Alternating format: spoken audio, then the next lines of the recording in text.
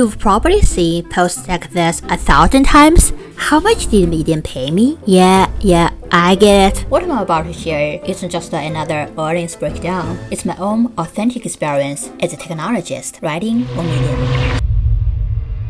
After consistently publishing 4 posts a month, was it worth the effort? Did Medium actually pay off in 2024? Let's get to it. To tell you the whole story, we need to back up a little. Why did I start to write on tech in the first place? You see, I spent over 12 years in the tech industry and forged my identity and legacy as a technologist. So naturally, I adopted the same identity when I started my online writing career by leaning into what I'm passionate about the most, technology. But here's the thing, I didn't just wake up one day and decide to start writing. Not to mention, we don't know when we wake up on the wrong side of a bed. Joke's out. My writing journey dates back to 2017 when I started my own website for blogs. That's way before I started to publish my first tech book. So after publishing many blogs and 4 tech books, I still feel like a newcomer in the online writing world. However, my past writing experience builds my confidence.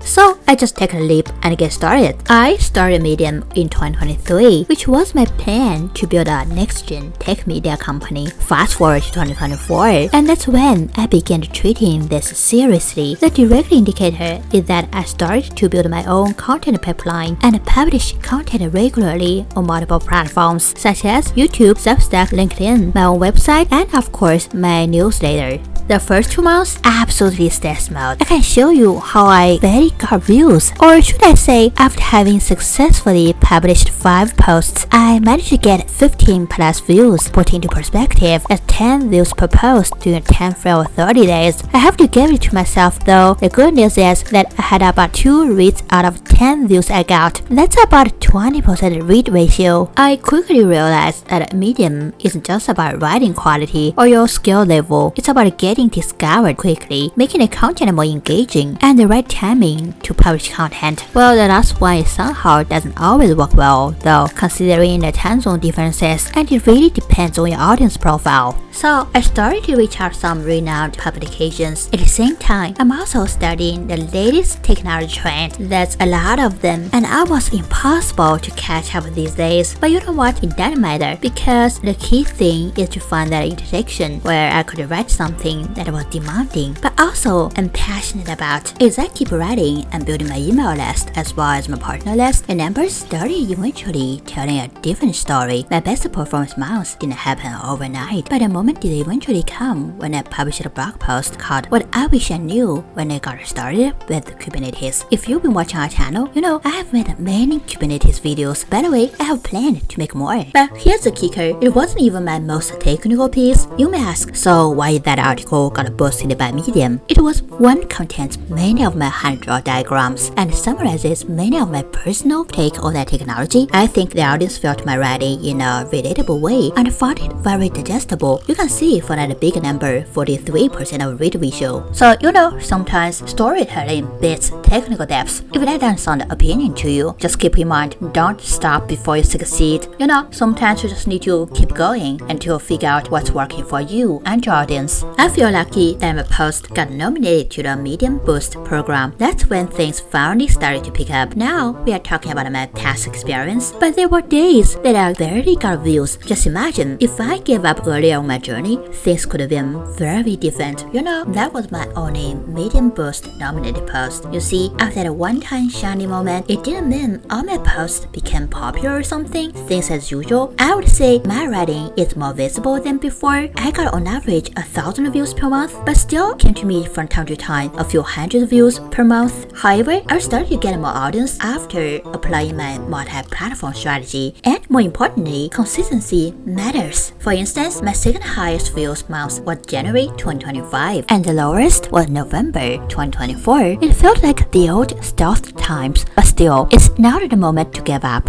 Since Medium changed the payment policy where writers need to meet minimum revenue of $10 to get paid, I experienced a few times that I got paid every 2 months due to the low no revenue. Like many other writers, I really don't know what articles would go viral. The silver lining is some articles still got tons of comments and good reactions from the community. Like this one about AI startup failures, which took me a lot of research. So I can see actually from comments here, I got some people who share the same insights, very interesting comments. And also depends on the niche. Actually, per 1,000 views could just get paid very differently on Medium. My biggest takeaway about consistency is to make the process enjoyable. Just as one of my favorite books, Atomic Habits by James Clear, explained very well. I truly enjoy writing, which is why I've been about to publish blogs regularly. My approach, I focus on topics within my expertise that are aligned with industry trends. Plus, I tie my content to what I'm actually learning, such as entrepreneurship, business strategy, and venture capital. Another key lesson, the best way to avoid burnout and stay in the game long term is to relax. I have several ways to unwind myself, like spending time with my family and friends. Sometimes switching gears in content creation itself helps. For instance, sometimes I find myself spending more time on blogging and sometimes making YouTube videos more. But my work in those activities inspired each other, so I could create more content. That said, my ultimate goal is to scale my tech media company by regularizing content publishing across all channels. To do that, I would need more funding and time. But for now, I focus on staying consistent and practicing my entrepreneurial muscle. As you can see, besides the highest revenue when I reached our $200 paid in March 2024, others looks very minor. Only it's not like a massive revenue stream. But here's how I look at it. At least I think my subscription, like Disney Plus, Netflix already get paid better than nothing. Sometimes it's easy to get carried away when you see posts or videos with titles like I made $10,000 in my first year of a side hustle, or I earned $5,000 per month in passive income. I'm not saying it's not possible, but it's definitely not for everyone. Let's just be real. No one starts from scratch and make that kind of money without an effort. Most people who succeed in these areas already skilled at something useful, such as social media, online marketing, or another transferable skill that works well in this greater economy. But here's the thing, entrepreneurship is democratic. It's a viable skill for everyone. Anyone can turn their expertise into something valuable for others and monetize it even in the most unexpected ways. So, was my first monetizing year on Medium worth it? Absolutely. If you're into learning the intersection of technology and entrepreneurship, then you're in the right place. You can follow me on YouTube, Medium, or my newsletter, which by the way is free forever. So stay tuned, hit that subscribe button, and I'll see you in the next one.